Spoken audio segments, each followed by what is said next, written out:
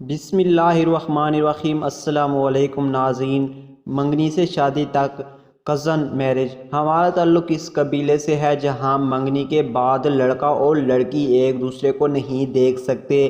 ملنا تو بہت دور کی بات ہے، منگنی کے بعد منگیتر سے ملنا ایسے ہی ہے جیسے، بلکہ رہنے دیں، ممکن ہی نہیں ہے۔ ہمارا ایک کزن عثمان غنی، پتہ نہیں کیوں اس کو عین غین کہا جاتا ہے، اس کی شادی لبنی منیر جیسے عام طور پر لام میم سے بلایا جاتا ہے، تو عین غین خاندان کے ہر گیدرنگ میں لام میم کو ایک نظر دیکھنے کے لیے بے چین ہوتا تھا، مگر لام میم کے 4 بھائی پیدا ہی اس کے لیے ہوئے تھے کہ لام میم کا عین غین سے قابل ازل وقت ملاقات نہ ہو۔ ایک انکل کی وفات پر باقاعدہ ایک بھائی اس کے آس پاس تک تھا کہ وہ عین غین سے ملنا تو دور کی بات دیکھے بھی نہ۔ جنازہ اٹھاتے وقت بہانے سے عین غین کو ایک بھائی نے باہر ہی روک دیا کہ زنانہ میں نہ آئیں تاکہ لام میم کو نہ دیکھ سکے۔ اس طرح ایک شادی پر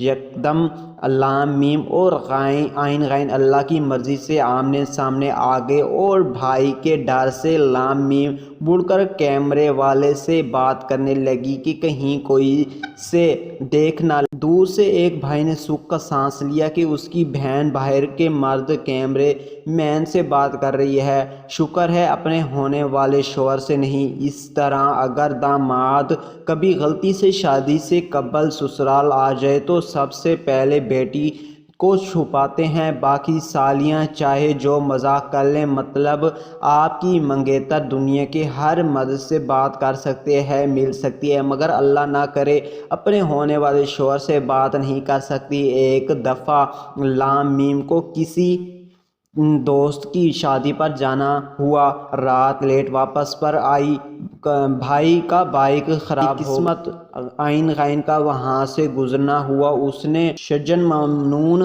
کو ترچھی نظر سے دیکھ کر کہا آگے جا کر بائیک روک لی، مگر پیچھے مڑ کر نہیں دیکھا۔ بھائی صاحب نے بائیک اور بہن کو روکا اور چند قدم آگے بڑھ کر اپنے بہنوئی کو ملے۔ عین غین نے عاجزی کے ساتھ بائیک سالے کے حوالے کیا اور یہ آفر کی کہ آپ بائیک پر اپنی بہن کو لے کر جائیں، میں ان کی بائیک لے جاتا ہوں، مگر بھائی نے اسے نامحرم بائیک کو رد کیا اور شکریہ کے ساتھ عین غین کو روانہ کیا، اور لام میم کو ایک اچھے سے اجنبی رکشے والے کے ساتھ رات 1 بجے اکیلا گھر پہنچا، اور آرام سے بائیک پیدل لے کر 3 بجے گھر پہنچے اور اللہ کا شکر ادا کیا کہ ان کی بہن اپنے ہونے والے شوہر سے بچ کر رکشے پر گھر پہنچی۔